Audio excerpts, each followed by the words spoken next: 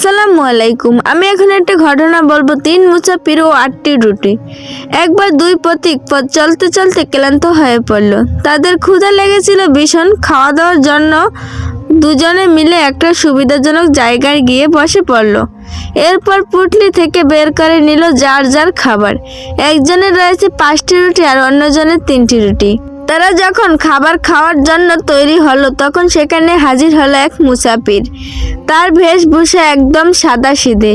সে বলল, ভাই, আমি অভুক্ত, খুব ক্ষুধা লেগেছে। আমার কাছে কোনো খাবার নেই, তোমরা আমাকে কিছু খাবার দাও। পথিক দুজন মুখ চাওয়াচাওয়ি করলো। মনে মনে ভাবলো, তারা দুজন খাবে আর একজন মুসাফির না খেয়ে থাকবে, এ কেমন কথা। দাদা মুসাফিরের তাদের সঙ্গে খেতে বসার অনুরোধ করলো। 3 জনে একসঙ্গে খেতে বসলো। একজন 5 রুটি, অন্যজন 3 রুটি। মুসাফির শূন্য হাত, তবুও তারা রুটি বন্টনে কোনো তারতম্য করলো না। তারা ভাবলো, কারোর সঙ্গে খাবার না থাকতে পারে, কিন্তু ক্ষুধা তো আর কম লাগেনি। তাছাড়া একসঙ্গে খেতে বসে একজন বেশি খাবে আর একজন কম খাবে, তাই বা কেমন করে হয়। 3 জন সমান রুটি খেলো। খাওয়া দাওয়া শেষ, এবার বিদায় পালা। মুসাফির চলে যাবার সময় পথিক দুজনে 8টি দিরহাম বকশিশ দিল। বলল, ভাই, আমি শুধু তোমারটাই খেলাম, তোমাদের কিছু খাওয়াতে পারলাম না। এই নাও 8টি দিরহাম, তোমরা দুজনে ভাগাভাগি করে নাও। মুসাফির চলে গেল, কিন্তু সমস্যা বাঁধলো দিরহাম ভাগ করে নিয়ে। যার 5টি রুটি সে বলল, আমার 5টি রুটি ছিল, সুতরাং আমি পাবো 5 দিরহাম, আর তোমার 3টি রুটি জন্য পাবে 3 দিরহাম। কিন্তু তিনি রুটিওয়ালা সে হিসাব মানতে রাজি হলো না। সে বলল, না, আমি তোমার হিসাব রাজি নেই। আমরা দুজনই খেয়েছি সমান সমান, সুতরাং তুমি পাবে 4 দিরহাম। প্রথমজন বলল, তা কি করে হয়? তুমি 3 রুটির জন্য 4 দিরহাম পাবে আর আমি 5 রুটির জন্য 4 দিরহাম পাবে, এটা কি কোনো আইনের কথা হলো? এ নিয়ে দুজনের মধ্যে বেঁধে গেল তর্ক। কারো কথায় কেউ রাজি নয়, কিছুই তারা মীমাংসা আসতে পারছে না। অবশ্যই একজন বলল, শোনো, এভাবে বিবাদ করো তো কোনো লাভ নেই। চলো আমরা আমিরুল মুমিনিন হযরত আলী রাদিয়াল্লাহু তাআলার কাছে যাই, তিনি যে বিচার করেন তাই আমরা মেনে নেব। এরপর দুজন মিলে গেল হযরত আলীর কাছে। তারা সব কথা বলে ন্যায় বিচারের জন্য ফরিয়াদ জানালো। হযরত আলী মনোযোগ দিয়ে কথা শুনল। কিছুক্ষণ তিনি মনে মনে কি যেন ভাবলেন। পরে বললেন, 3 জনের সমান খেয়েছো, তাই উভয় ঘাড় নেড়ে বলল, হ্যাঁ। হযরত আলী বললেন, তাহলে এ নিয়ে বিবাদ কিসের? হিসাব তো একেবারে পানির মতো সোজা। যার 5টি রুটি সে পাবে 7 দিরহাম, আর যার 3টি সে পাবে 1 দিরহাম। এমন হিসাবের কথা শুনে দুজনই অবাক হয়ে গেল। 7 দিরহাম আর 1 দিরহাম ভাগ হলে কোনো হিসাব তারা কিছুই বুঝতে পারল না। হিসাব বুঝতে না পেরে দুজনই হা করে তাকিয়ে রইল হযরত আলীর দিকে। ইমাম আলী তাদের মনের কথা বুঝতে পারল। তিনি বললেন, তোমরা ছিল 3 জন, আর রুটি 8টি, খেয়ে সমান সমান। একেবারে রুটিকে 3 টুকরো করলে 8টি রুটি 24 টুকরো হয়। সুতরাং তোমরা একজন খেয়েছো 8টি করে টুকরা।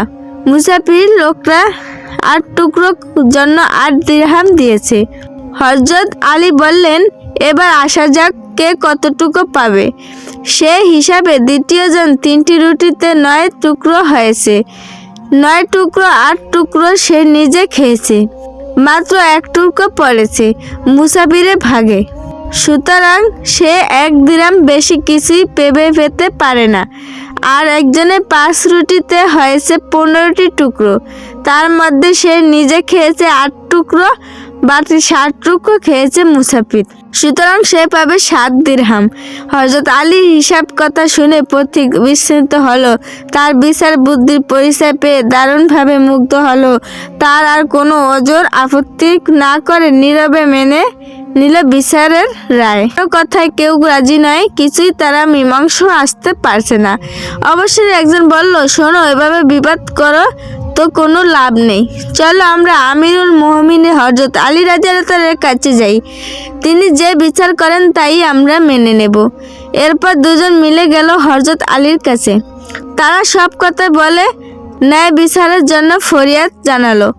হযরত আলী মনোযোগ দিয়ে কথা শুনল। কিছুক্ষণ তিনি মনে মনে কি যেন ভাবলেন, পরে বললেন, তিনজনের সমান খেয়েছো, তাই উভয় ঘাড় নেড়ে বলল হ্যাঁ।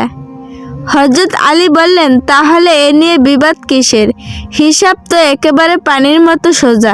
যার 5টি রুটি সে পাবে 7 দিরহাম, আর যার 3টি সে পাবে 1 দিরহাম। এমন হিসাবের কথা শুনে দুজনই অবাক হয়ে গেল। 7 দিরহাম আর 1 দিরহাম ভাগ হলে কোনো হিসাব তারা কিছুই বুঝতে পারল না। হিসাব বুঝতে না পেরে দুজনই হা করে তাকিয়ে রইল হযরত আলীর দিকে। ইমাম আলী তাদের মনের কথা বুঝতে পারল। তিনি বললেন, তোমরা ছিল 3 জন, আর রুটি 8টি, খেয়ে সমান সমান। একেবারে রুটিকে 3 টুকরো করলে 8টি রুটি 24 টুকরো হয়। সুতরাং তোমরা একজন খেয়েছো 8টি করে টুকরা।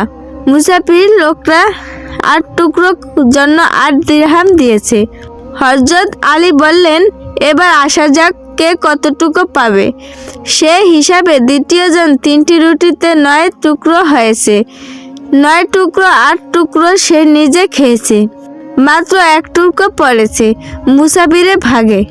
সুতরাং সে 1 দিরহাম বেশি কিছুই পেতে পারে না।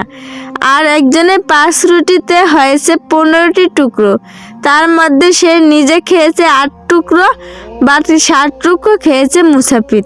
সুতরাং সে পাবে 7 দিরহাম। হযরত আলী হিসাব কথা শুনে পথিক বিস্মিত হলো। তার বিচার বুদ্ধির পরিচয় পেয়ে দারুণভাবে মুগ্ধ হলো। তার আর কোনো ওজর আপত্তি না করে নীরবে মেনে নিল বিচারের রায়।